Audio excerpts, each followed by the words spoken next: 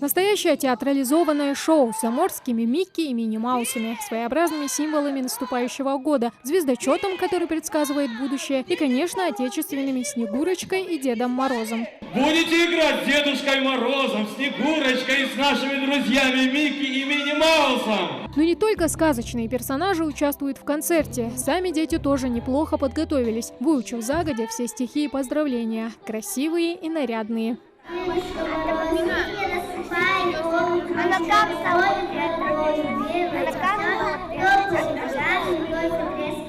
Они ждали этого праздника целый год, хорошо себя вели и учились на одни пятерки. А в последние дни еще активно учили стихотворения, репетируя их перед родителями, чтобы перед Дедушкой Морозом все слова отскакивали от зубов, без всяких запинок. Поэтому Хадижа Халухоева очень надеется, что дедушка не обделит ее подарком. Писала Дедушке Морозу письмо, я писала: я хочу бабе куколку и маленький портфельчик.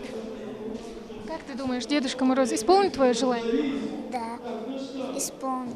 А вот Ислам Даурбеков ради особого случая решил порадовать Мороза Красного Носа непростым подарком. Он сочинил для него особое стихотворение. Ему только 8, стихи он пишет аж 6 лет. Здравствуй, Дедушка Мороз, ты нам счастье принес.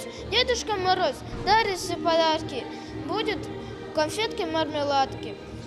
В эти морозные дни ты нам в гости шагни. Дедушка Мороз вихрь вызывает и снежную дорогу заметает. Дедушка Мороз хорошим подарки дарит. В новогоднюю ночь счастье наступает.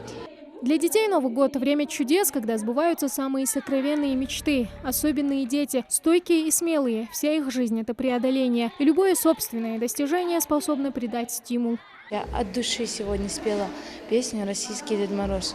Мне очень приятно было присутствовать. Новогоднее чудо для всех. Время, когда даже взрослые начинают верить в волшебство. А еще это возможность отвлечься от повседневности и порадоваться успехам своих детей. Не впервые нас приглашают постоянно на все праздники Малика Бабуляя, но никогда никого не оставляет без внимания. Впечатления самые лучшие, какие могут быть, самые яркие, потому что дети очень довольны. После праздника бывает такое ощущение, долго не проходит ощущение такого праздника. Самое главное, дети довольны.